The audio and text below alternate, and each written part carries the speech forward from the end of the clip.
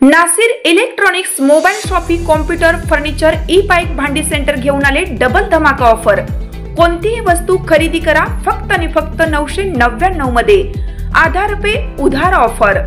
बजाज फायनान्सच्या सुविधेसह 0% व्याज दरामध्ये ई बाईक वरती LED टीव्ही फ्री, मोबाईल खरेदीवरती home theatre free, LED TV वरती सोफा सेट फ्री, कोणत्याही फर्निचर वरती गॅस शेगडी फ्री, वॉशिंग मशीन आटा चक्की वरती मिक्सर फ्री। एक्सचेंज ऑफर मध्ये जुनी बाईक घेऊन या, नवीन बाईक घेऊन जा। जुना फ्रीज घेऊन या, नवीन फ्रीज घेऊन जा। जुने फर्निचर घेऊन या, नवे फर्निचर घेऊन जा व जुना मोबाईल घेऊन या, नवीन मोबाईल घेऊन जा। लकी ड्रॉ द्वारे 50 अशी भरघोस बक्षीस जिंकण्याची सुवर्ण संधी। यामध्ये electric bike, LED TV, washing machine यासह असंख्य बक्षीस।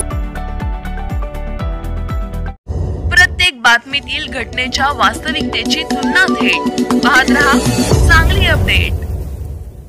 कोल्हापूर जवळ अपघातात बहीण भावासह तिघे ठार। वनवेतून शिरत भरधाव टेम्पोने दुचाकीला चिरडले। ऐन दिवाळीतच भरधाव टेम्पोने दुचाकीला जोरदार धडक दिली।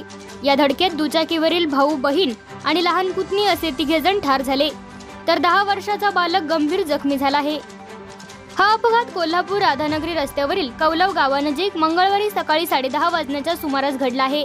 दरम्यान 2 दिवसावर भाऊबीज आली असतानाच बहीण भावावर काळाने घाला घातल्याने त्यांचा असा दुर्दैवी अंत झाल्याने सर्वत्र हळहळ व्यक्त केली जात आहे।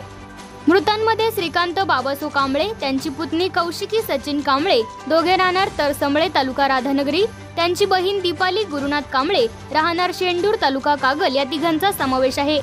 तर त्यांचा भाचा अथर्व गुरुनाथ कांबळे राहणार शेंडूर तालुका कागल हा गंभीर जखमी झाला आहे।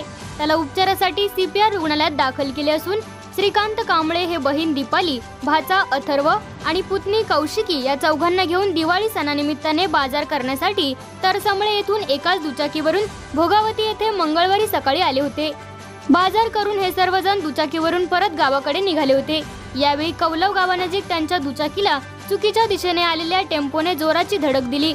या धडकेत श्रीकांत कांबळे, त्यांची बहीण दीपाली आणि पुतणी कौशिकी या तिघा जणांचा जागीच मृत्यू झाला, तर भाचा अथर्व कांबळे हा गंभीर जखमी झाला।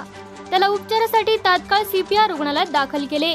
त्याची प्रकृती अद्याप नाजूक आहे।